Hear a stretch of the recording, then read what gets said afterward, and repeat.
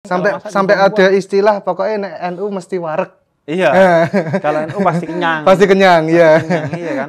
Sampai ada ini kan jokes tentang Banser, berani mati takut lapar. Ah, iya betul. Berani mati tapi takut lapar.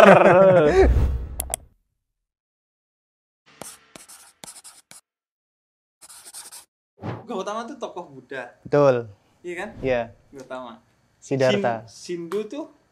Sindu kayaknya diambil dari Hindu deh.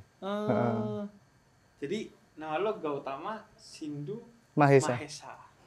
Tapi kalau Sindunya nggak tahu loh dari mana? Nggak tahu. Jangan-jangan maksudnya biar jadi penulis. Karena Sindu Sinar kan, dunia.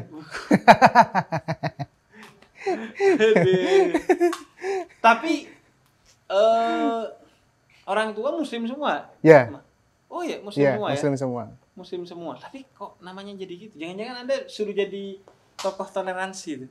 Ada Buddhanya, ada kata Hindunya. Berat, Pak. Belum bisa, mohon maaf. Tapi lu pernah explore nggak? Kan stand up comedian biasanya observasi yang deket-deket. Dirimu pernah explore nggak? Ini namanya dari mana ya? Namanya itu kata bapak dulu kayak titipan gitu dari Pak D. Pak D tapi Muslim juga. Pak D Muslim. Tapi Pak D itu nama anak-anaknya juga kayak saya gitu. Willis, Wisnu. Oh. Jadi kayak kejawen-kejawen gitu. Iya, kayak ini tokoh-tokoh dalam pewayangan Jawa kan. Kayak yang juga iya, dari gitu. India juga kan, kayak ini Perang Mahabharata. Iya. Kan? Kayak Harjasa. Kalau bapak gue sendiri dulu pengen banget namain aku tuh Bagus Katon Bagaskara. Oh, Bagus Katon Bagaskara. Karena dia suka sama Katon Bagaskara. Jadi Bagus Katon Bagaskara. Tapi akhirnya yang ngasih kakekmu. Pak D, ya. Pak D. Katanya Pak D itu kakek kan? Pak D itu ya paman. Saudaranya ayah. Kakaknya bapak. Iya. Oh. Tiga-tiganya itu dari Pak D. Iya.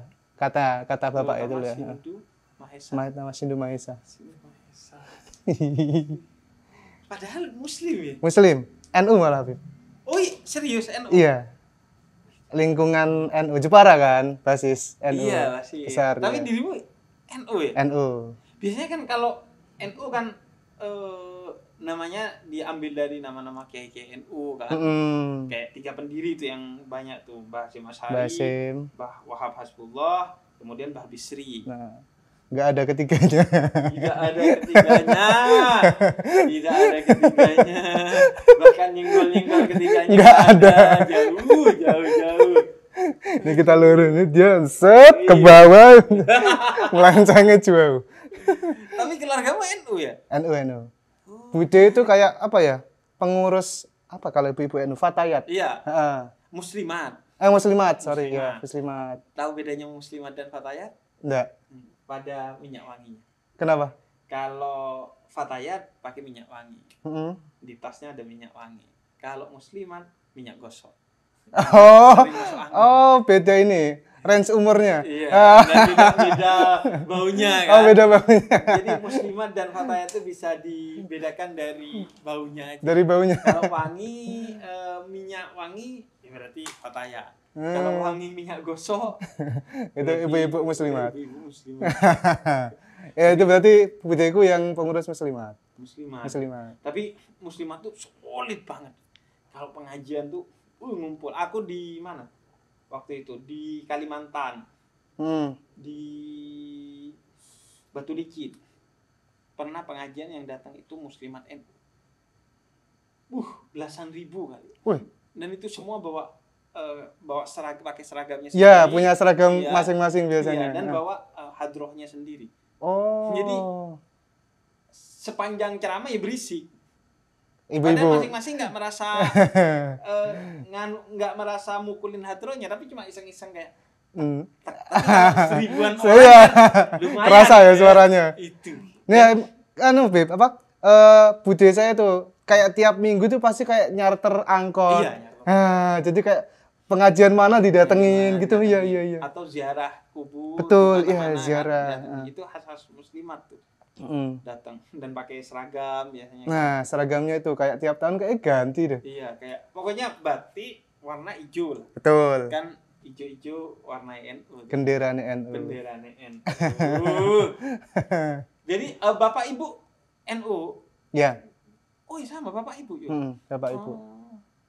Lu tahu NU dari mana dia? Maksudnya, bapakku nih NU lah menurutku. Diajari kah? NU. Kalau aku sama orang tua kurang dapat ilmu agama itu aku dari sekolah sore madrasah gitu. Terus sama dulu kalau kecil tuh di musola tiap habis maghrib sama isya itu ada ngaji, ada dengan ustadz, jadi di situ dapat ilmu agamanya. Tapi kalau kue ro bapak ibu ogi ya NU iki. Kunut. Oh kunut. Kunut. Kunut subuh. Kunut subuh. Pakai kunut. Iya. Pakai kunut. Iya ya. Iya itu. Oh, dia enggak pakai kunut. Kayak simpel aja gitu. Simpel aja. Pembedanya. Dari kecil juga kalau sholat diajarinya pakai kunut. TK gitu, SD diajari itu aku. Iya, yang biasanya hafalnya cuman di awal-awal aja. Yeah. Pas tengah-tengah biasanya nggak hafal karena biasanya kalau tradisi NU yang tengah kan nggak dibaca. Nggak dijahar, nggak dinyaringin bacanya kan, disir kan. Kalau di awal-awal masih hafal tuh. Allahumma fiman hadain wa afini fiman atain. Nanti kalau udah si imam nggak bacain tuh, itu udah kita susah tuh ngapalinnya. Kita makmum cuman amin aja. Pas ujian biasanya ada temanku yang kayak gitu, Beb. Iya. Jadi ditiru persis kayak imam. Oh iya. Jadi nggak dinyaringin. Dia ikutan amin. Ya dibaca, Nak. Ujian praktek agama itu. Aku ujian praktek agama menghindari sholat subuh kan itu digilir. Absen 1 itu misalnya ya sholat subuh, absen 2 sholat zuhur, absen 3 asar, 4 maghrib, 5 isya, 6 subuh. Nah aku tuh ngecek tuh, aku nih kena. Oh dihitung? Iya dihitung. Nah kalau gak kena subuh ya udah gak usah ngafalin kunutnya. Kalau kena subuh harus ngafalin kunutnya. Harus ngafalin kunut. Karena kita kan hafal kunut tuh banyak kan karena ngikuti imam, karena dengerin imam sholat subuh berjamaah. Tapi ketika imamnya gak baca kunut yang di tengah-tengah itu, yang disir, itu akhirnya kita gak hafal. Ya, padahal buat anak kecil kan ngafalinnya juga bagus dari situ, kan terbiasa sholat jamaah. Iya. Sholat jamaah.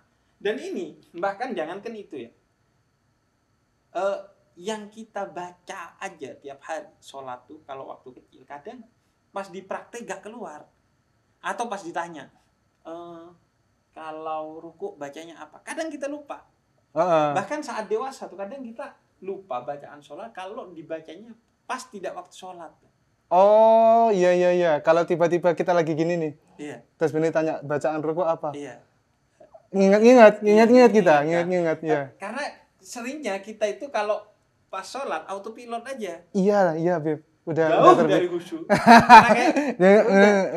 Udah kebawa karena kebiasaan kan. Sholatnya itu dijalani sebagai kebiasaan bukan ketaatan tuh. Cuman buat peluntur kewajiban. Makanya jadi beban. Oh. Yang pas itu kata Jalil Rumi, kalau sholat itu dijadikan rutinitas maka dia akan terasa sebagai beban. Tapi kalau dijalani sebagai jalan cinta, maka kamu akan kecanduan dengan sholat. Makanya orang zaman dulu bukan cuman paten di sholat wajib, sholat sunnah, karena kecanduan dengan sholat. Kalau kita kan habis sholat subuh itu biasanya buka sarung, alhamdulillah, tidur lagi. Subuh. Malah kadang belum selesai, udah selesai nih salam. Udah kita berdoanya sambil buka-buka lepas sarung udah. Iya. Doanya sambil lepas sarung. Iya. Sama jadi Bapak kalau Bapak Ibu dari sana, dari kunutnya ketahuan dari kunutnya. Kalau dirimu yang kemudian dirimu ya aku ini cak NU gitu. Karena selain kunut. Lingkungannya. Jadi untuk musola yang dekat-dekat rumah gitu. Ya. Jadi cara ngajinya. Iya. Jumatan 2 kali Jumatan, azan. 2 azan. Ya itu. Jadi ngerasa soalnya pakai usoli. Betul, usoli dari awal diajarin usoli. Terus bismillah, Fatihahnya pakai bismillah. Nah, saya tuh pernah dulu bingung, Beb. Aku kan kelas 4 dan 5 SD itu ke Surabaya. Iya. Di sekolah di Surabaya, sekolahnya di SD Muhammadiyah. Oh, SD Muhammadiyah? Awalnya SD di Jepara, kelas 1, 2, 3. 4 dan 5 di Surabaya, di SD Muhammadiyah. 1, 2, 3 negeri? Enggak, SD swasta, Al-Islam. Tapi bukan NU juga? NU. Oh, NU. Terus kelas 4 dan 5 aku diajak budeku untuk ke Surabaya. Disekolahkan di sekolah favorit. SD Muhammadiyah. Iya. Yang favorit biasanya memang Muhammadiyah kalau ada rumah sakit. Kalau pengajian favorit baru tuh NU. Terus di sana baru aku bingung. Kok di sana nggak diajarin kayak yang aku diajarin di kelas 1 di Jepara gitu. Iya. Kan di sana sistemnya kayak boarding ya. Hampir kayak boarding. Iya. Jadi pulangnya jam 5 sore. Ya, hampir sore gitu. Jadi kalau Jumatan bareng di sana. Nah, yang pertama aku bingung, kok azannya sekali aja. Iya. Terus pernah ada acara yang nginep, ada sholat subuh bareng nggak ada kunutnya. Iya. Terus aku tanya sama budeku, Bude ini gimana? Iya. Aku di Jepara diajarin gini kok di sini beda ajarannya. Iya. Budeku kan emang orang NU juga, dia dari Jepara gitu. Terus dia bilang, ya udah ikut yang dari diajarin sama ustadzmu aja. Ustadz yang di Jepara. Di Jepara. Ya udah. Akhirnya piye? Jadi pas kan dia gak ada kunut tuh. Kan cuman itu toh, cuman kalau ada acara di sekolah toh. Jadi kalau di rumah ya tetap diajarin gitu ya. Dan memang sah sih sholat kayak bermakmum ke orang yang nggak baca kunut dan akhirnya kita nggak baca kunut ya sah-sah saja. Nah, baru di situ aku kenal ada NU dan Muhammadiyah itu baru di situ kenal. Jadi kayak dulunya berarti, ngira semua muslim NU. Iya, dulunya ngira semua orang Islam kalau diajarin sama ustadz tuh gini ya gini semua. Iya. Nah, baru setelah itu tahu kalau berarti aku NU gitu. Iya. Karena ustadzku NU, lingkunganku NU. Dan di rumah tetap sholat semuanya NU. Iya. Tarawih ya. Tarawih ada bedanya kan 3 kalau. Tiba-tiba lupa. 23. Kalau Muhammadiyah 11. Iya. 11 rakaat tuh. Itu kalau di Surabaya 2 tahun. 2 tahun, kelas 4 dan 5 SD. Kelas 4 dan 5 SD, Muhammadiyah. Itu ada kemuhammadiyahan nggak di sana? Ada. Iya. Ada. Itu aku awam banget kan. Iya. Teman-temanku yang di sana kan udah dari kelas 1, 2, 3 dapat pelajaran itu. Pelajaran Muhammadiyah. Aku di sana tiba-tiba disuruh dikenalin sama Ahmad Dahlan. Ini siapa? Aku disuruh ngapalin sejarah-sejarahnya itu. Iya. Aku itu kagok di situnya. Kan ada mata pelajaran kan? Ada mata pelajaran kemuhammadiyahan. Terus dirimu pakai handsfree? Enggak. Dengerin Habib Syekh. Pelajaran Muhammadiyah dengerin Habib Syekh. Jeblok nilaiku di situ. Ijo beneran nih. Wih, jeblok nilaiku di situ. Nilai kemuhammadiyahan. Iya kan biasanya. Iya. Aku taunya itu karena temanku ada yang kuliah di Unmuh Malang, Universitas Muhammadiyah Malang. Nah, dari sana aku pertama kali tahu tuh kalau sekolah Muhammadiyah ternyata ada kemuhammadiyah. Padahal sekolah NU enggak ada ke-NU-an. Enggak ada kayaknya. Enggak ada kan? Enggak ada. Karena memang sudah NU. Karena dari kecil. Iya, dari kecil memang ininya NU. Terus sampai kelas 6 tuh lulus dari Muhammadiyah? Enggak, abis itu kelas 6 balik ke Jepara lagi. Oh, balik ke NU lagi. Bingung lagi. Iya, itu. Terus karena di Surabaya kan aku ngikut bude, enggak sama orang tua, jadi kayak enggak betah gitu terus balik berarti ke sekolah yang awal. Sekolahnya sama lagi. Tapi enggak tahu nyantri di pesantren NU? Enggak pernah. Madrasah aja aku enggak tak terusin, cuman sampai kelas berapa ya? 4 apa? Oh, madrasah ini ngaji maksudnya? Ngaji sore? Ngaji sore. Iya. Enggak aku terusin. Jadi setelah aku pindah ke Surabaya kan ke madrasahku berhenti. Macet. Aku balik lagi ke Jepara, aku enggak mau ngelanjutin. Terus kalau SMP SMA tuh masih dapat NU dari mana? Pengajian, hadir pengajian enggak? Aku tuh ini, Beb, pengajian rame-rame gitu aku males, Beb. Oh iya? Enggak terlalu suka keramaian. Padahal jadi ngajinya di rumah aja gitu. Padahal aku loh, ini kan salah satu momen yang lagi ditunggu sama Nahdien. Nahdien itu kan orang-orang NU tuh. Itu nanti 7 Februari bakal ada resepsi puncak 1 abad Nahdlatul Ulama tuh NU di lapangan Gelora Delta Sidoarjo, Jawa Timur sana. Nah itu jutaan orang NU. Awalnya ditargetkan 1 juta, tapi sekarang lebih udah lebih. Itu akan ngumpul di sana. Lah aku malah excited mau ke sana karena kan NU nanti itu 7 Februari itu pas 16 Rajab 1444. Artinya udah 1 abad pas versi kalender Hijriah. Walaupun kalau kalender Masehinya belum karena kan 1926 31 Januari itu. Masih 97 tahun lah. Iya kan? 1926 ke sekarang 2023 iya 97 tahun tuh. Nah, itu resepsi puncaknya tuh. Wah, itu ngumpul apa lagi ya? Jutaan orang ngumpul. Aku tuh sampean di tengah-tengah. Iya. Aku kalau ketemu banyak orang tuh kayak habis itu sampai rumah capek. Oh iya. Jadi kayak aduh. Ternyata capek banget ngobrol sama banyak orang gitu, ketemu interaksi gitu. Loh, terus pas kemarin final suci nah itu mungkin yang bikin itu yang mungkin iya. Aku nonton soalnya langsung. Iya, dengan nonton.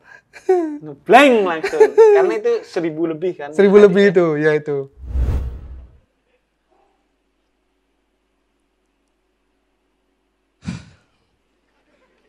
Ada aja yang beli.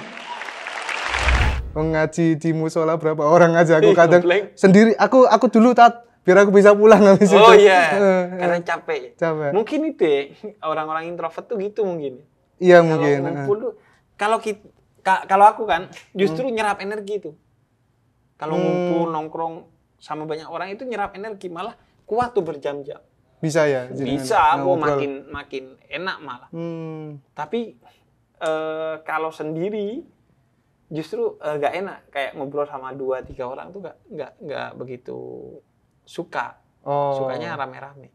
Di rumah malah kebalikannya. Capek aku. Jadi kalau udah misal kumpul sama orang-orang nih, udah nggak bisa lama juga, tapi habis sampai rumah lagi kayak padahal ngobrol doang tapi capek banget gitu rasanya. Lari-lari. Jadi kalau ngaji mungkin dari rumah aja. Kayak baca Quran aku masih meskipun jarang tapi masih tapi sendiri di rumah. Akhir-akhir ini ikut hataman Quran kalau di kampung di Jepara. Hataman Quran di masjid. Di masjid dekat rumah, ya. Jadi kayak dapat giliran kamu juz ini ya udah tak baca. Nanti habis itu tiap seminggu sekali kumpul di masjid kita hataman. Terus itu di masa kecilnya yang kental banget NU-nya. Setelah itu ada masa dirimu NU lagi nggak, kayak masuk ke tradisi NU lagi nggak? Itu sempat waktu masuk SMA. Jadi dapat temen yang seneng sholawatan. Jadi dia kalau di Jepara dulu itu seneng banget datengin pengajiannya Habib Syekh. Syekh Hermania. Iya, Syekh Hermania. Itu. Jadi aku diajak-ajak sama dia. Tapi ya gitu loh, tetap pulang duluan aku.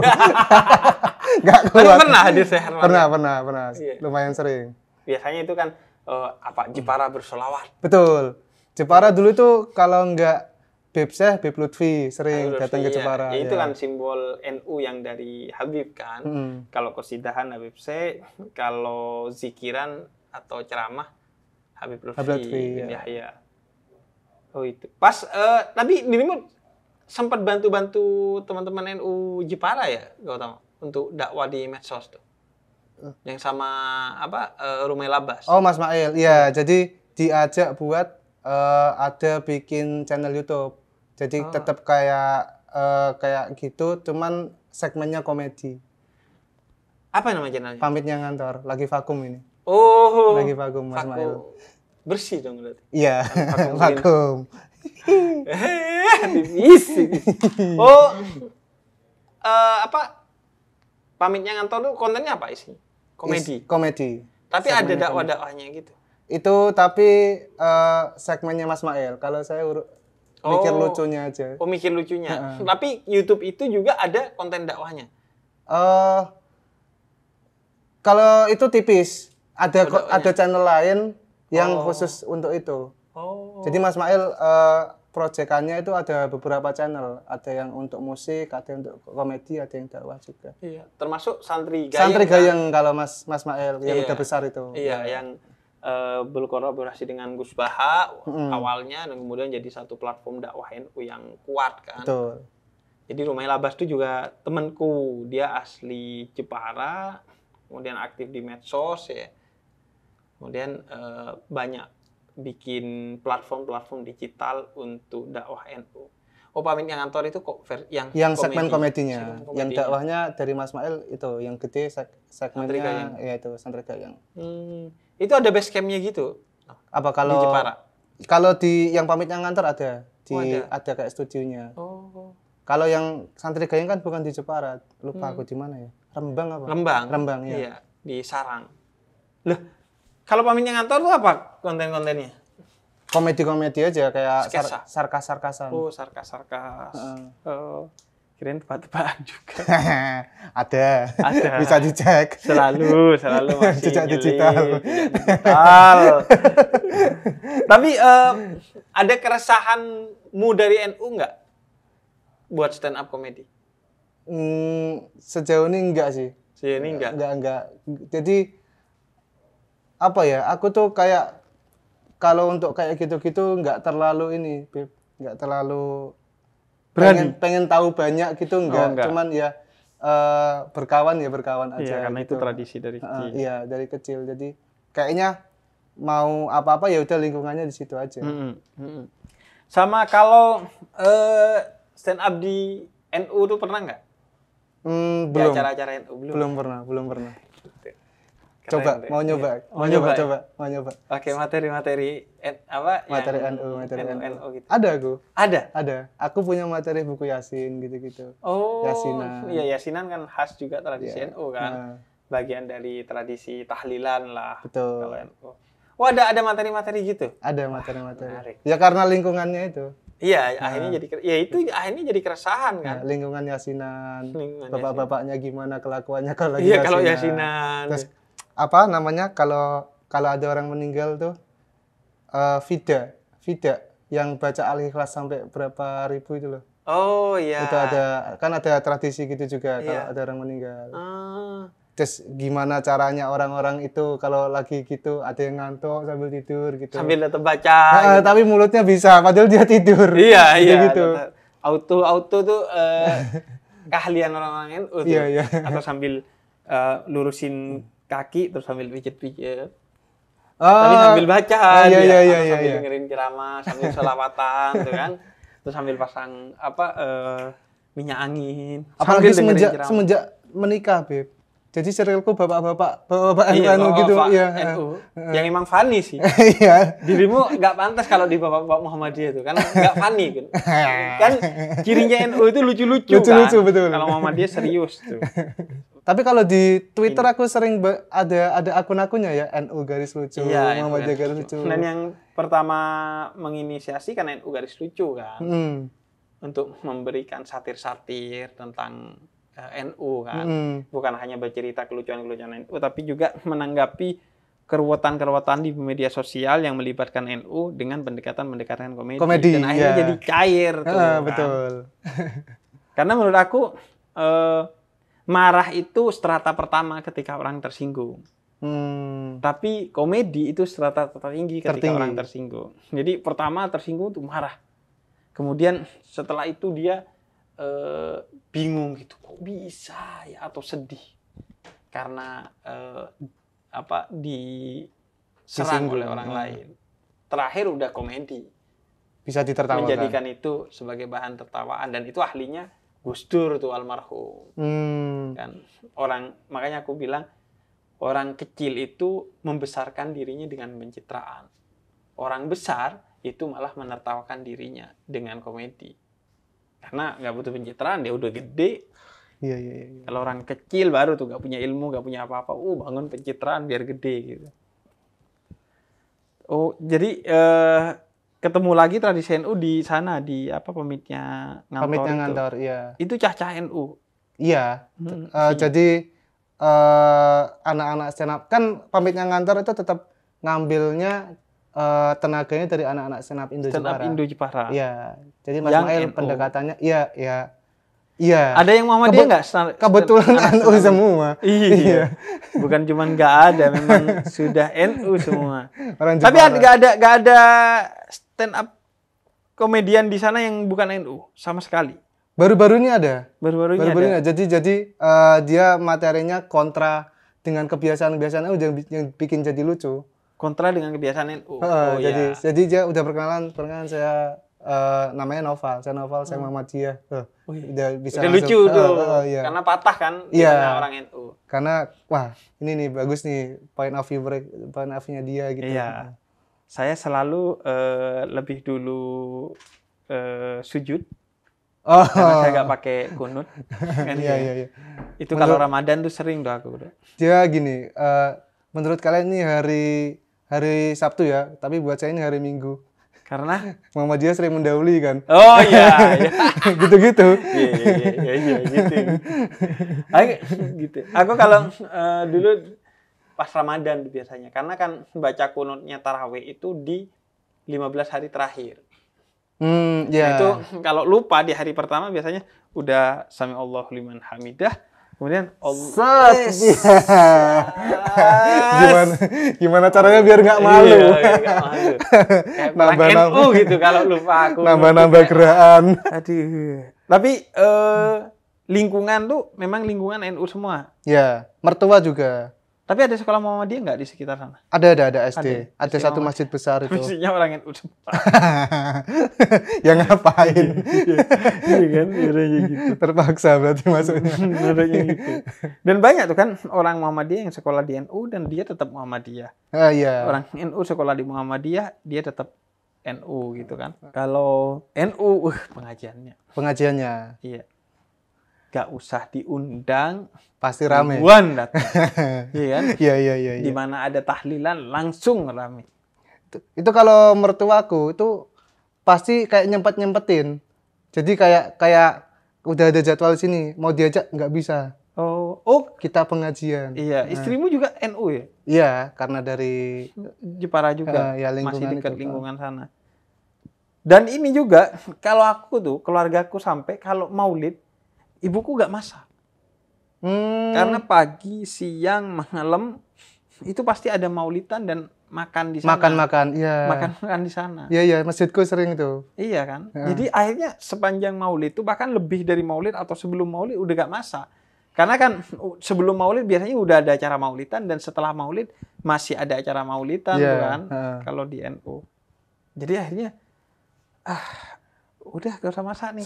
Sampai ada istilah pokoknya NU mesti wareg. Iya. Kalau NU pasti kenyang. Pasti kenyang, iya. Iya kan? Itu sampai ada ini kan jokes tentang Banser, berani mati takut lapar. Iya betul. Berani mati tapi takut lapar.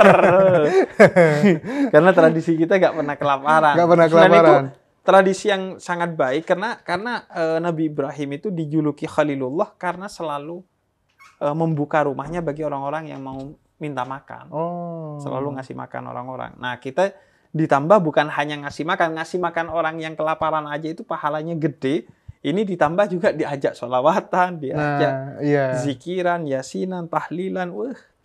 Warak lahir batin, perut warak, hati kenyang. Jadi mantap lah. Tahlilan tuh minimal pulang bawa jajan lah. Iya, pasti. Bawa kue lah. Iya, kopi, kue. Betul. Pasti ada bingkisannya pulang itu. Iya. Dan ini juga bawa omongan biasanya. Iya kan? Karena kan habis tahlilan biasanya ngobrol kan, ngobrol-ngobrol, enggak yang ibu-ibu, enggak yang bapak-bapak, pasti tuh yang anak muda juga. Di situ. Iya, ngobrol-ngobrol kan tentang apa yang lagi hits nih. Nah, kemarin pas Covid tuh, Beb. Iya. Itu kan satu kampungku banyak orang meninggal kan. Nah, itu tiap malam itu silaturahmi kami lewat tahlilan. Pasti ketemu. Jadi misal yang sini udah selesai nih 7 hari. Ntar sini nyambung. Jadi tiap malam itu ketemu tahlilan gitu. Benar. Eratnya dari situ. Dan yang bikin Covid-nya gak selesai karena itu. jadi ini kan, jadi apa? Jadi kerumunan kan. Nyambung terus dulu loh. Dan karena tahlilan itu kan bukan cuma 3 hari kan, kadang 7 hari, 40 hari. kemudian 100, kemudian haul setahun, haul sama kemudian ada 1000 hari. Mitoni, matang puluh, mitoni 7 hari, matang puluh, nyatus, mendak. Kalau Jawa itu banyak gitu ya. Oh, kalau bahasa Madura itu tok petok. Artinya 7 tujuan. Oh gitu. iya. Itu tujuan. Kemudian 40 harian, 40 harian, ya, 100 harian, 100 hari. Kemudian haul. Kalau satu tahun haul tuh. Kalau 1000 harian ya 1000 harian. Jadi full tuh. Ya full, itu satu orang tuh. Iya. Nanti ada lagi. Ternyata udah selesai. Sini meninggal. Ada lagi. Kadang malamnya ngaji lagi. Kadang satu hari tidak di satu tempat kan. Bisa, iya. Nyambung. Nah, aku dulu pas kecil paling seneng kalau sehari 2 orang meninggal. Karena berarti aku harus mewakili ayahku di tempat lain. Ya, bapaknya yang di sini, anaknya di sini. Betul, iya. Iya. Karena itu cerita-cerita soal inilah tradisi-tradisi NU ya di masa kecil. Maulidan, kemudian tahlilan, mi'ratan, Isra Mi'raj, betul. Mi'raj disebutnya itu kalau di ini kok. Jadi akhirnya kita emang bener-bener kayak Hindu sih akhirnya. Kalau Hindu tuh kan banyak tuh kan, hampir 80% dari 1 tahun itu ibadah kan. Kalau kayak di Bali itu kan. Nah kita kalau NU ya hampir setiap hari ibadah massal gitu kan. Ada aja yang tahlilan, ada aja yang maulidan, ada yang mi'ratan. Apalagi nih kalau di Madura musim haji. Jadi orang yang datang haji disambut, orang yang mau haji diantar. Iya, ada ya. Itu acara. Kalau baca maulid. Di Jepara juga kalau mau berangkat, dia kayak orang punya hajat. Jadi nerima tamu, malamnya ada pengajiannya. Dan selalu gitu. Baca maulid kan. Betul ya. Dan pokoknya semua hal itu dimaulidin kalau tradisi NU. Karena kita itu percaya berpegang kepada satu ayat bahwa wa ma kana Allah liyu'adzibahum wa anta fihim. Allah tidak akan mengazab satu kelompok, satu kaum, satu perkumpulan kalau Nabi Muhammad hadir di sana. Dan kita percaya dengan Maulid Nabi Muhammad hadir ketika Mahalul Qiyam, makanya kita berdiri menyambut kehadiran Nabi Muhammad secara batin untuk memastikan kita gak akan kena azab nih. Nah, makanya semua tradisi kita tuh dimaulidin, berangkat haji, datang haji, berangkat umroh, datang umroh, kemudian akikah biasanya. Akikah, nikahan. Semua pokoknya di maulidin. Walaupun kemudian efek sampingnya yang kemarin viral tuh di Twitter kan, kayak tradisi tahlilan tuh, yang ada orang yang nggak punya duit tapi merasa harus bikin tahlilan. Walaupun kalau di masyarakat NU, menurut aku masalah itu nggak ada. Karena pertama tahlilan itu kan nggak memaksa harus menyuguhkan makanan. Biasanya jajan-jajan doang kan. Kalau yang orang kaya memang makanan mewah, bahkan ini nggak ada tradisi dikasih rokok. Di gelas. Diputar. Iya kan, diputar kalau orang kaya. Karena setelahnya ambil dikasih satu. Rokok kan. Iya. Orang meninggal tuh persiapannya rokok 1 slop. Iya kan. Nah, dan juga nggak akan memberatkan karena biasanya orang-orang warga sekitar membantu kan. Ngirim beras, ngirim kopi. Dan itu kayak gak dikoordinir, udah tahu. Oh, kopi gak usah karena mbok iki wis ngirim kopi. Kita ngirim pastel aja. Oh, kita ngirim ininya, itunya. Itu tanpa dikoordinasi. Iya, kayak di masjidku juga. Jadi kalau ada kayak gitu udah ibuku inisiatif. Masak, ngetoni namanya. Jadi ngirim makanan kayak biasanya satu kayak wadah besar, nanti di sana dimakan bareng-bareng. Dan itu kita makan bukan untuk kenyang, utamanya untuk berkah. Makanya kita sisain dikit, kita bawa ke rumah, kemudian dikasih ke ibu kita atau saudara perempuan kita untuk mendapatkan berkahnya itu. Walaupun 1 suap, itu tradisiku dulu gitu tuh, tetap dibawa entah permennya, entah nasinya, entah kuenya harus dibawa pulang dikit untuk tempatku habis di tempat. Aku nasi sih habis di tempat. Cuman kalau kayak permen tuh aku bawa kan. Atau sisa-sisa nasinya aku bawa, aku kasih ibuku. Oh gitu ya? Iya, karena kita percaya ada keberkahan di nasi itu. Jadi dari rumah nasi itu belum berkah. Setelah di sana dibacain Yasin, dibacain Maulid, jadi berkah, dibawa pulang lagi. Iya. Ya, sebenarnya itu logikanya gampang sih. Ekonomi kan kadang begitu. Kayak baterai. Kita beli baterai dari Elon Musk. Padahal Elon Musk beli bahan baku baterainya dari sini. Di sana cuma diolah doang. Nanti yang beli kita lagi. Dan harganya jadi mahal gitu. Dan yang untung Elon Musk, padahal bahan bakunya dari sini, yang beli juga orang sini, pabrikannya doang di sana kan. Nah, sama kayak gitu. Keberkahan tuh menurut aku, jadi ya walaupun cuma dibawa ke masjid, tapi pulangnya beda tuh nasi. Secara fisik mungkin sama, atau mungkin lebih tidak enak karena udah dingin. Udah dingin. Ya, tapi secara spiritual kita meyakini beda tuh. Tradisi ya, beda-beda tiap daerah juga pasti ada. Dan aku bersyukur jadi NU karena dalam tradisi NU Islam itu terasa asik, terasa menyenangkan dan terasa memudahkan. Betul itu, iya. Kayak apa-apa dibikin gampang. Gampang. Semua gayeng, artinya asik, dan semua gotong royong. Ya kan, semuanya jadi gotong royong. Ada orang meninggal dari A sampai Z itu gotong royong. Iya. Tetangga itu pasti gerak sendiri. Iya, mandiin. Ada yang ngasih kafan, ada yang kasih kopi. Itu kita nggak tahu, datang aja tuh. Jahit apa itu? Bunganya buat diselamin ya, itu pasti tiba-tiba ibu-ibu udah duduk aja di rumah gitu. Udah gini. Terus ada yang ditaruh di toples air, dikasih minyak wangi, terus dikasih bunga-bunga untuk disiram. Itu udah kayak nggak tahu, kita yang kematian, kita yang menjadi orang yang ditinggalkan itu tetap bisa fokus bersedih dan mengingat kebaikan almarhum. Itu jalan sendiri aja, tiba-tiba ada kopi persiapannya gitu. Tiba-tiba beres aja gitu. Beres aja, kita keluar tiba-tiba wah kok udah ada semua. Tinggal ngaji, tinggal berangkat aja berarti. Berangkat karena tetangga-tetangga itu. Nah, itu yang kadang di kota orang nggak ngerti soal ini, sehingga ngelihat itu agak sentimen. Atau ketika kita pindah ke kota, orang kota kadang karena nggak punya tradisi ini, terasa berat dengan tradisi ini. Gitu. Padahal kalau di desa, ya kita udah sama-sama tahu bahwa tradisi ini nggak memaksa dan saling membantu. Yang mau datang, kita nggak pernah tuh. Kalau nggak ya paling diomongin. Iya, biasanya. Kemana tuh kok nggak datang? Sakit ya, aduh.